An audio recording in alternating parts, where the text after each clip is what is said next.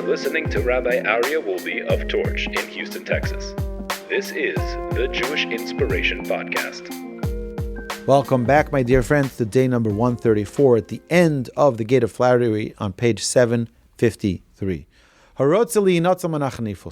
Someone who wants to protect himself and escape from the sin of flattery. Run away from honor. But someone who's not cautious about honor, about the trappings of honor, someone who is not concerned with honor will never need to flatter another person. Don't take benefit from other people. One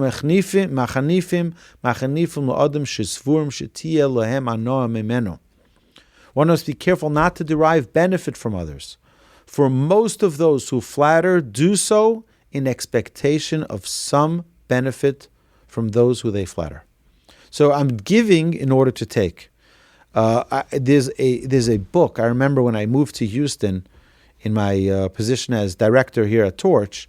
So someone recommended a book. I'm not going to say the name of the book, but the book was all about how to flatter people to get what you want. And I never read the book. I just read the introduction, and it was all about how do it's like if you go to the right places and you hang around the right people and you always ask them, oh, how's your wife and how's your children, even though you don't care and you did this, it's not genuine, it's all fake. But then they'll invite you to their parties and then they'll do business with you and then they'll give you this and it's all, the whole principle of the book was about really being disingenuous to get what you want. And I felt that it was just so... I never read the book. I have it still, but it's not a book that I read. I don't want to read it because I feel that it's not genuine. It's not honest. That's not the way you build relationships that are loving, that are real, that are genuine. So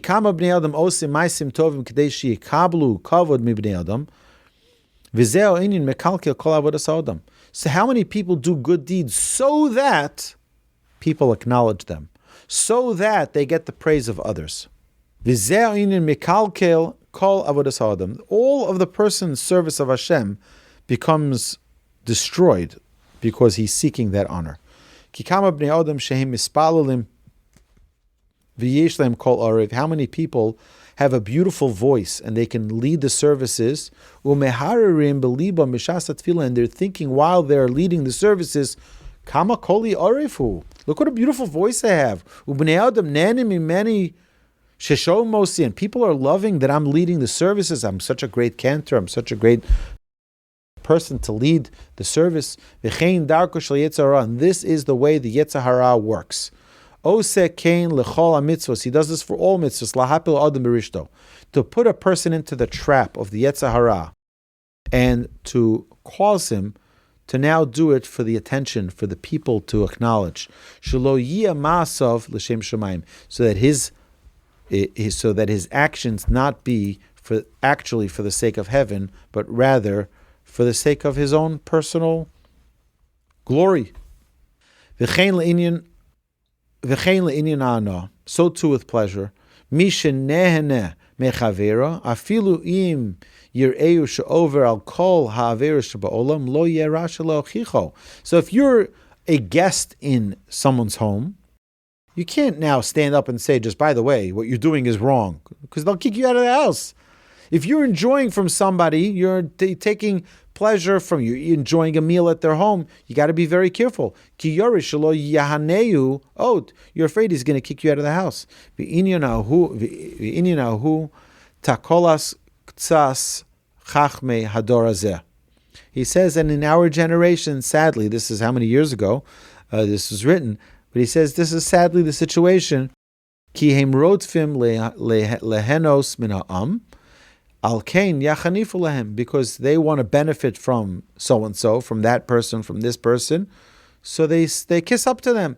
and they chummy up to them, and they say nice things to them, so that they continue to curry favor with them. Not only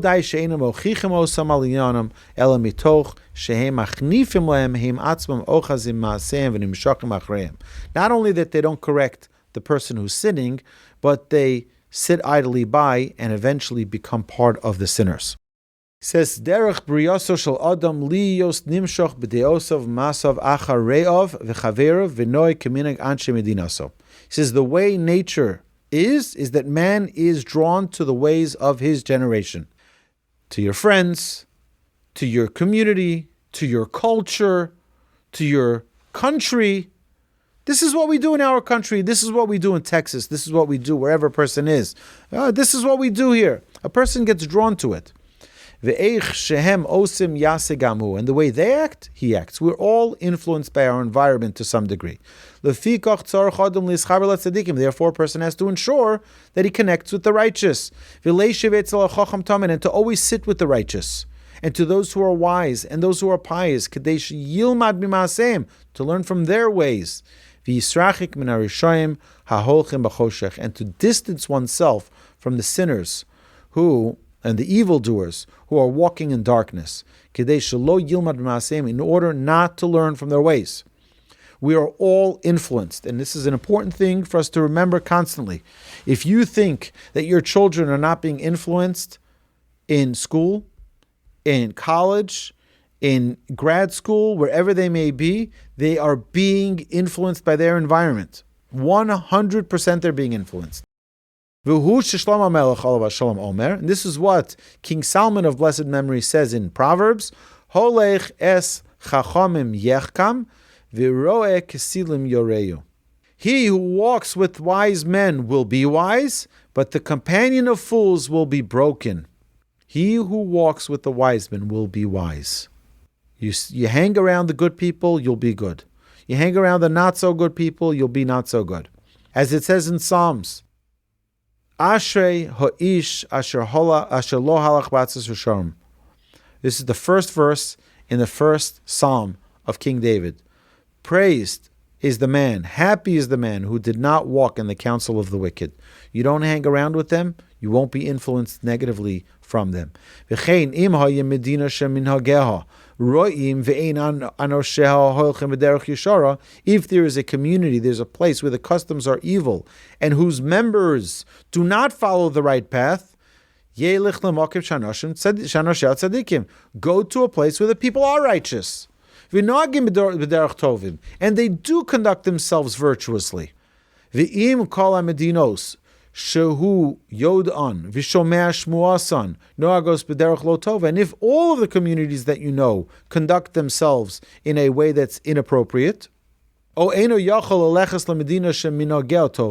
a person is too far from a place that has good, correct values and ways, mipnei agiyasos o mipnei acholi yeshev levado yechidi, either because of sickness or because of dangerous bands of thieves in order to get there. So what is he going to do? He's too far of a travel to get to a place which has wholesome people. Yeshev levado yechidi. Such a person should dwell in solitude, alone. Let him sit alone and be silent, for he has taken it upon himself, says Lamentations.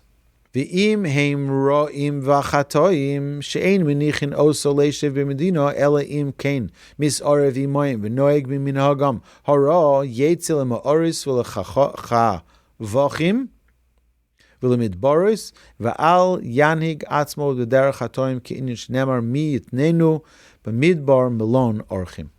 He says, and if you're in a place where they say, sorry, you got to be part of our culture, like Sodom and Gomorrah. You have to do what we do. We're all evil and you're going to be evil with us. He says, what do you do then? He says, then hide in the caves, in the rocky cliffs, in the desert. Do not be among those who are sinners.